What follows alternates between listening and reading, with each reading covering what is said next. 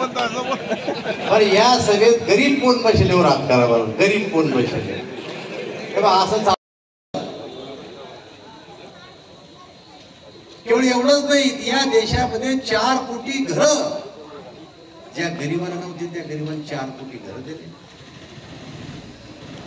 100 रुपयात गॅसचं कनेक्शन दिलं, जे 6000 रुपयाचं आहे. महिलांना गॅसचं कनेक्शन दिलं. इथं मशीनवाल्यांच्या घरात भेटलं असेल कनेक्शन, दाखवता कोण राजकारणात पण इथं मुस्लिम समाजात भेटलं असेल. 100 रुपयात गॅसचं कनेक्शन.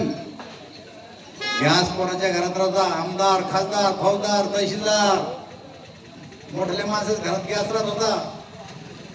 पण या देशाचे प्रधानमंत्री नरेंद्र मोदी यांनी विचार केला की ज्या महिला स्वयंपाक करतात, प्रचार कार्यालयाचे उद्घाटन त्या ठिकाणी संपर्क कार्यालयाच्या माध्यमातून असो, खाली पारंपरिक नवीन सिस्टीम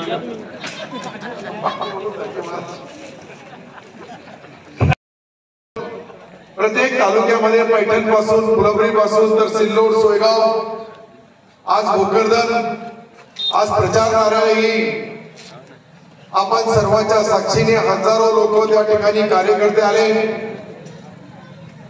आणि गणपती महाराजांच्या पवित्र मंदिरावर त्याची सुरुवात झाली. अनेक महत्वाची मंत्रीपदही त्यांच्या माध्यमातून आता भविष्यामध्ये जालना टू जळगाव ही रेल्वे 7200 कोटी रुपयाची त्यांनी मंजूर करून दिली. ती एकदा सुरू झाली का की रेल्वेचा फायदा मोठा होईल. बाकी त्यांचा फायदा काय होईल नाही होईल, परंतु आपण रेल्वेला जोडल्या जाणार.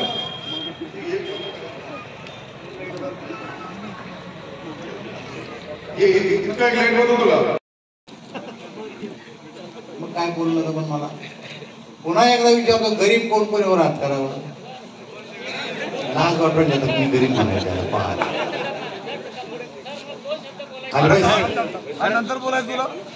तर मला याच्यासाठी वर हात करा म्हणलं मी तुम्हाला की हे गरीबाचं सरकार आहे, हे धोतीवाल्याचं सरकार आहे, हे टोपीवाल्याचं सरकार आहे, हे सुटाबुटातल्याचं सरकार नाहीये. आणि म्हणून या देशाचे प्रधानमंत्री गरिबी पाहिलेली, गरिबीतून आले.